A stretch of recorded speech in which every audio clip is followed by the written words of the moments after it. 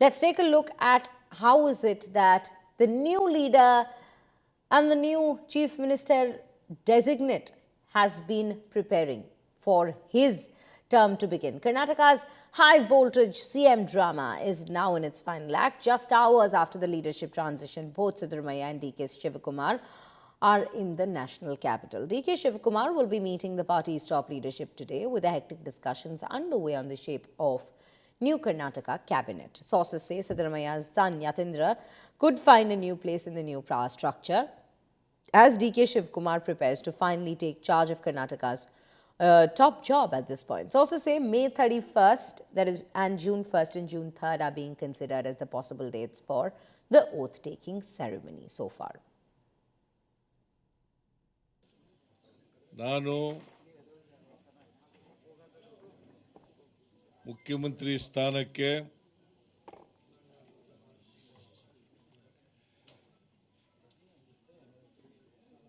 ರಾಜ್ಯಪಾಲರ ಭವನದಲ್ಲಿ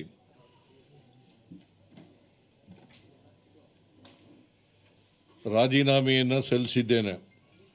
ಮೊದಲಿನಿಂದಲೂ ಹೇಳ್ತಿದ್ದೆ, ಅನೇಕ ಸಾರಿ ಹೇಳಿದ್ದೀನಿ ಮಾಧ್ಯಮದವರು ಮುಂದೆ ಮತ್ತು ಹೊರಗಡೆ. ಹೈಕಮಾಂಡ್ನವರು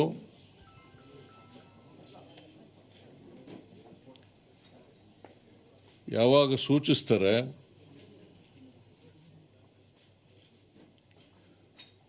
ಆವಾಗ ರಾಜೀನಾಮೆಯನ್ನು ಕೊಡ್ತೇನೆ ಅಂತ ಹೇಳಿದ್ದೆ. ಅದರ ಪ್ರಕಾರ ಮೊನ್ನೆ ಹೈಕಮಾಂಡ್ನವರು ರಾಜೀನಾಮೆ ಕೊಡಿ ಅಂತ ಹೇಳಿದ ಮೇಲೆ ನಾನು ನಾಳಿದ್ದು ರಾಜೀನಾಮೆ ಕೊಡ್ತೀನಿ ಅಂತ ಹೇಳಿದೆ. ಅಂದರೆ ಈ ಒಂದು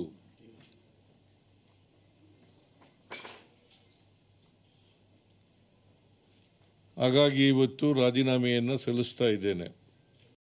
So now the CM has given resignation to the governor's office. Though governor was not there, he has given the resignation. The next CM will be elected. No pressure at all.